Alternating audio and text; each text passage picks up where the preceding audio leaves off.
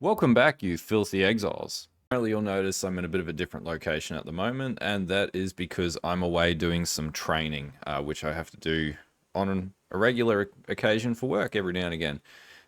But anyway, nonetheless, let's get into the video. So I haven't been streaming as much over the last couple of days, and I've been a little bit busy and tied up. But anyway, where we're currently at is we're at about I think just over 1.5 to 2 mil DPS right now. Now I'm having a bit of an issue with the pathing tree as it's not showing up the cluster jewel for some weird reason. Must have been one of the recent patches. But as you can see in our build, we actually have a cluster jewel set up with Nature's Patience. But anyway, where are we at to currently? Just a bit of an overall. So I've been delving at 150 depth at the moment. So about 155 depth. So seems to be doing okay. It does have a few defensive issues at the moment, just as far as like inbound damage from the trauma, which we're working at, and we'll build that up over the progress of building up the character. But at this stage, it's doing pretty competent. Every now and again, you might get like, reverse tapped by an enemy with trauma or something like that, but that's just something that will scale up. This character is only level 89. Obviously, there's a lot of changes we need to make to the build, but we're going to talk about some of those things that we've adjusted in the build to give you a bit of an update, progress update number 2, just in case you're playing the build. This will give you a bit of guidance. So anyway, let's jump into the video and have a talk about the changes that I've made since the last video. Okay, so just as far as gearing changes to the build, obviously we've now switched out the helm. We've got a much beefier helm in the build, so a 788 armor helm. And the idea is to get as high as possible with armor because that's how you mitigate trauma. So our acting armor sits at like 35, something like that, K, and then it goes as high as 50,000 when we're in active combat, and we'll continue to grow that further and further. So basically, my helm gives me good life regeneration, some lightning res, which I'm a bit deficient in right now. It's one of my weakest defenses, and maximum life. Now, weapon-wise, this was a big one. So I actually got this, I think, for a div on the market, and these should be becoming more abundant. I didn't craft this one. Basically, yeah, I've just got a really high DPS staff right now because we're not ready to switch to Arn's Anguish and do endurance or brutality charge stacking, because once we do that, our damage will go up pretty high, to be honest with you. But basically, you're looking for like any high DPS weapon. Like if you can get physical, like 200 to 600, something like that, that's going to absolutely increase your DPS to a ridiculous level.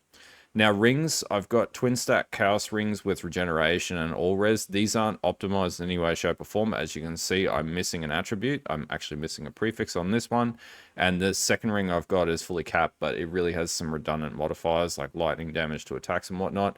But basically, these rings are going to be excellent to basically get your chaos cap up. As you can see, it's unoptimized because I need to Blessed Orb the implicit to get it up to 23% as well. Now, in the chest piece, I'm running my 4th Vaal setup. And basically, I've got this on a 5 link, so I'll get this to 6 link in the next few days. I just need time to play the game and stream and whatnot. Big advantage of this is synergizing with what we've added to the build, and we'll talk about it soon, which is Divine Flesh, which is basically coming from this glorious vanity jewel, which gives us Zebiqua. And basically what this means is all damage taken bypasses your energy shield, but 50% of elemental damage is taken as chaos damage, and we have an increased chaos cap.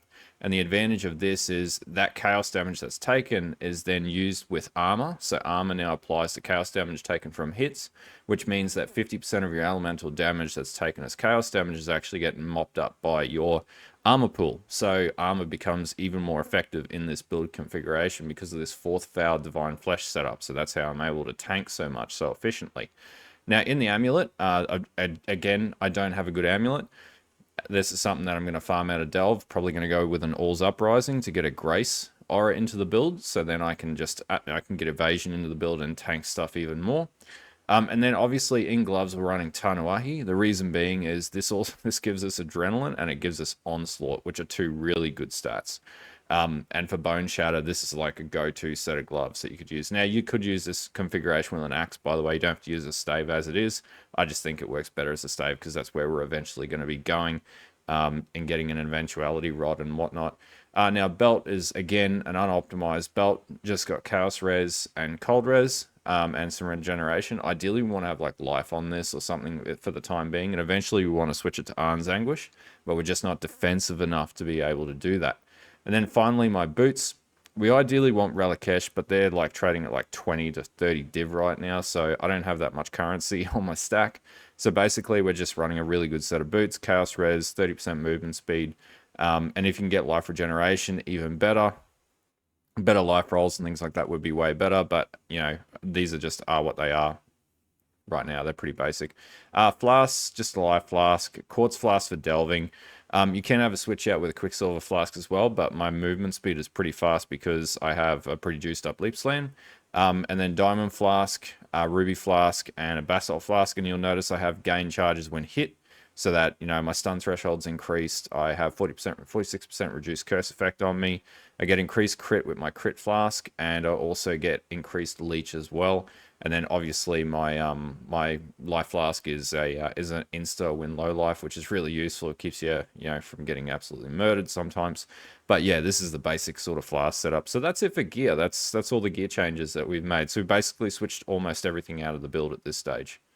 Okay, so as far as gem setups, in the helm, life tap support, decoy totem, faster attacks, and leap slam.